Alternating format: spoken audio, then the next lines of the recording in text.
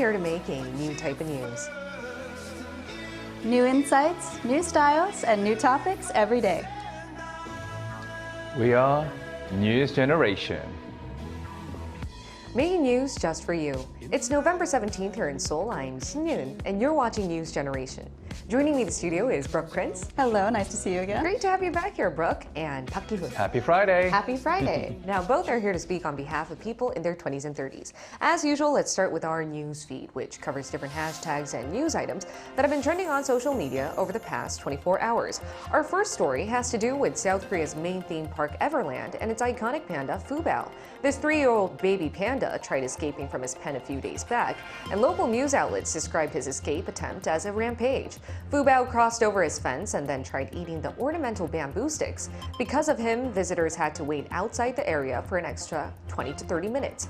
Everland is now fixing the broken fences. Until then, Fubao won't be able to greet visitors outdoors. And moving on, Korea is still a far way back from going completely plastic-free to save the environment. Earlier this month, the government has decided to extend its grace period for banning all plastic straws used at cafes or restaurants. This has enraged paper straw manufacturers who said they were left with around 200 million unused products that would soon go to waste. These manufacturers are now demanding the government to specify when their grace period will end so they can reboot their machines. And last but not least, a Chinese law firm is soon to open a local branch in North Korea. The Beijing-based law firm called Jinx announced last week that it would expand its services to North Korea. It explained that the expansion is only natural as China borders the reclusive North Korean regime. And the Pyongyang office aims to advise North Koreans on matters like foreign direct investment and intellectual property rights. Jinx also aims to use its Pyongyang branch as a legal advisor to the North Korean government and foreign enterprises. Now, its plans come amid Pyongyang resuming rail freight and flight services with Beijing, and for the first time in more than 3 years that North Korea has also reopened its borders to foreigners. It had shut them due to the COVID-19 pandemic. So there's no doubt that North Korea is becoming an attractive business or investment area for China at the moment. Now, here in the studio, Ki-hoon, what do you think is the biggest catch regarding North Korea for investors at the moment?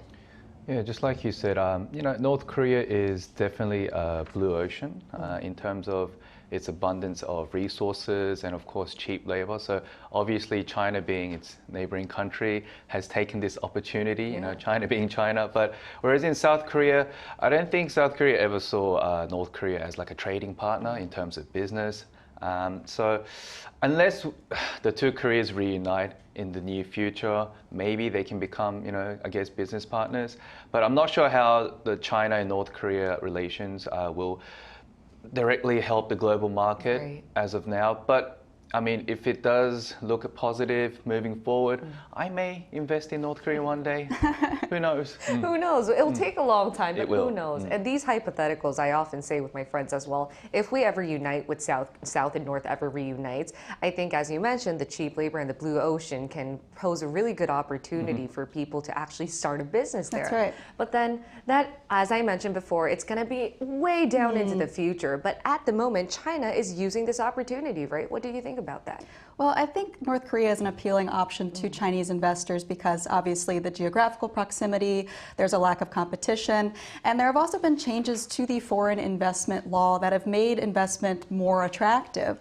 But I also think there is an element of the enemy of my enemy is my friend. So we've seen China deepening its ties with North Korea and Russia as well, which notoriously have not had the best diplomatic relations with the US. So I do think that this is kind of a strategic move on China's part to invest more in North Korea. Right. It's really interesting to find out how economics and politics are all intertwined. Exactly. And, yeah, that was our news feed for this Friday. Switching gears to our main discussion topic of the day. Just a few days ago, Hyungwon from K-pop boy band MonstaX officially entered the military to fulfill his duties as an able-bodied Korean male.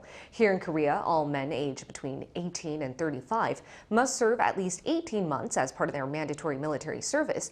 Now, MonstaX's Hyungwon is joining a long list of Korean celebrities who have had to put the brakes on their career to do their duty for their country. My AI voice secretary will explain more about today's topic in detail. Here in Korea, going to the military is thought to be synonymous with fulfilling your duties as able-bodied man. If you're a Korean citizen and male, doing military service for at least 18 months is a must. There's hardly any exceptions or ways you can get out of it.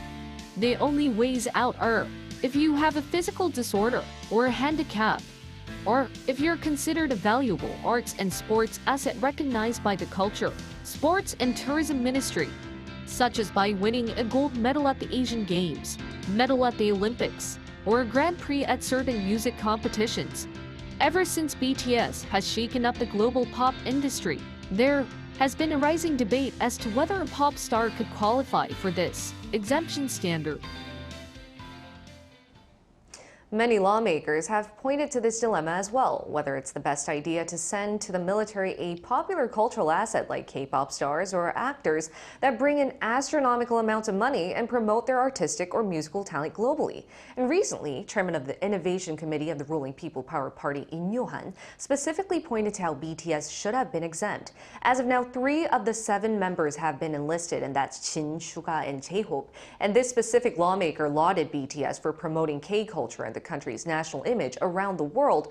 But at the same time, he expressed his frustration towards mandatory military conscription, causing a hiatus in an artist's relatively short-lived success streak and hampering their efforts in promoting Korea's image abroad. And we're going to be talking more on this front. Before we do so, though, why don't you guys walk us through on the latest batch of Korean celebrities that had to put the brakes on their career to join the military? Sure. There's actually quite a list of K celebrities who are serving their time in the military as of now. MonstaX members Kiyeon, Minhyuk, and Chuwon, GOT7's Jinyoung, and even actor Nam Joo-yeon. And of course, the BTS members, Jin, Suga, and JHope.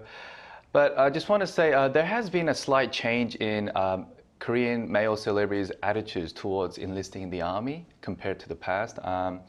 In the past, many were quite reluctant and they would delay it as much as they could and even find ways to kind of avoid full-time service in the army to be listed as a part-time public service worker or 공익 근무요원 in Korea. But nowadays, we're seeing more celebrities actually take the initiative and go into the army as soon as they can once they receive the notice of military duty. And because it's a very sensitive topic to all able men in Korea within that age group, I think these celebrities, they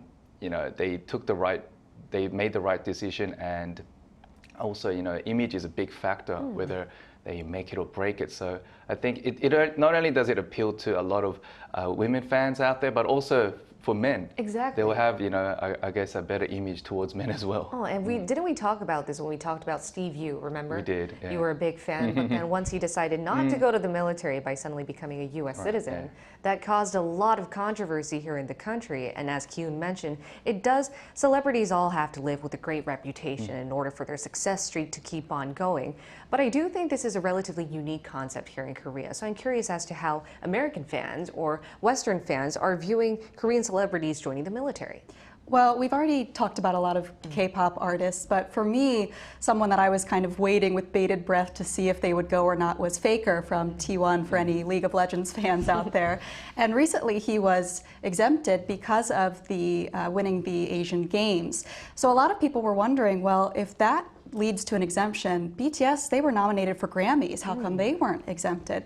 And I know my family was very, very shocked to find out that BTS was just going to disappear for a while, because this is a group that's been on their TV screen for the past few years. They're a global sensation. So I think a lot of people that aren't familiar with the law or the culture here think, well, of course they're just going to keep going, right? They're superstars. Why would they stop at this point? But that is the law here in Korea. All able-bodied men must enlist prior to turning 28. Now, thanks to BTS, the law was amended so that you can postpone until you are 30 years of age. But I found out that it's actually not that easy to do. You have to get a very special recommendation letter. So I think most celebrities here are going to enlist before they get to the age of 28. And like Ki-hoon mentioned, it actually really benefits your image to do so. I think there would be a lot of backlash if they decided not to. So they're definitely seen favorably for fulfilling that duty to their country. country. Exactly, and given that military conscription is relatively a local concept here in South Korea, we asked what our global viewers had to say on today's topic and whether they were quite curious as to how their favorite K-pop celebrity or K-pop actor is doing. So take a look at the screen to find out what our viewers were curious about in regards to today's discussion topic. Let's see what Lee said. Lee said, "I think it's really great that male K-pop stars are doing their military service just like everyone else. I'm from Singapore and we have national service in the military too, and some guys try to avoid their NS by remaining overseas. With K-pop stars setting an example, perhaps this attitude could change." Tasmia said, "Why from Golden Child is currently serving in the military. My question will be, what are you not allowed to eat while serving in the military?" Savage Cat said, "Yes, 3 members of BTS are in the military. Kim Seokjin, Jung Ho-seok, Min Yoon-gi. I want to know, are they safe?" And now we're going to dedicate this time to answer our viewers' questions as to how their favorite K-pop artist or K-drama actor is doing in the military or what they could expect. So, Kyun, how exactly are celebrities spending their time in the military these days? You know, the military has become another stage for these celebrities to perform and communicate with their fans in some sense. Nowadays, everyone is allowed to use their smartphones in the army base, so they are always connected and they communicate online with their fans through fan cafes. And others join the military band by playing instruments, singing, and even emceeing in these events held within the army bases. And unlike before, the fans continue to have this sense of connection even when they're in the army through different media outlets like YouTube. So some celebrities, they shoot the personal vlogs beforehand, before coming into the army, and they upload it one by one while they're in the army. So they always have that sense of connection and fans can always communicate with them. And it really doesn't feel like they're actually, separated. Right. And also finally, fans Photoshop each meal on a food tray and upload their daily menus, their favorite stars eat in the army, as you can see on the screen. And these are just like from information given in text through the Ministry of National Defense. And this somewhat unique uploading of food tray photos has become a new fandom activity. And we're seeing many fans from overseas follow this so-called food tray account to find out more about not only what their favorite celebrities are eating, but also more about like K-military food. Yeah. So, I think this fandom culture really has to do with fans being so curious about how their oppa is doing in the military, right? Would you like to add on to that? Yeah, I have to say this was all quite new to me, the fan culture for when someone is in the military, because in the US it's been 50 years since we have had a conscription-based military. We are now fully volunteer-based. So I was very surprised when I saw the fan culture here. I know people wait for their performances. I remember there were a few viral clips of them dancing to Hype Boy. So I think they do try and stay on top of the K-pop trends as much as possible. And I think that makes it less of a sad, lonely time while they're there. I actually first found out about military service in Korea when I was teaching English to high school students. And the thing that shocked me the most was finding out that they actually interrupt their college studies most of the time to complete their service. They might do a year of school and then do their service and then come back and finish it.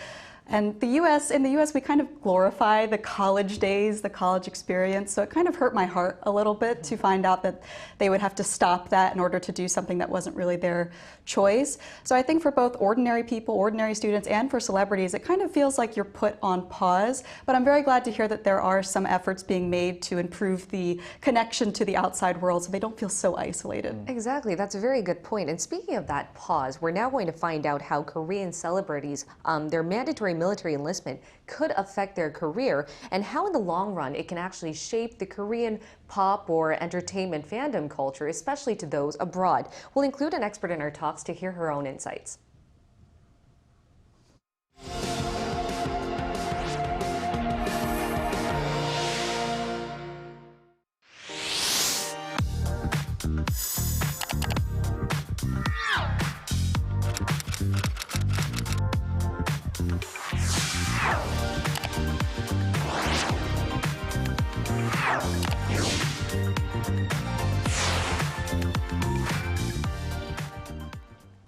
We're now going to include an assistant professor of Korean culture at Arizona State University in our talks. It's Professor Chung Ha-rim. Welcome, Professor Chung.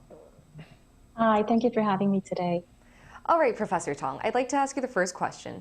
Optimistically speaking, I think one of the unique aspects of being a K-pop fan around the world is to experience what it's like being kumsin. And this is a Korean phrase referring to waiting for your boyfriend or significant other who went to the military.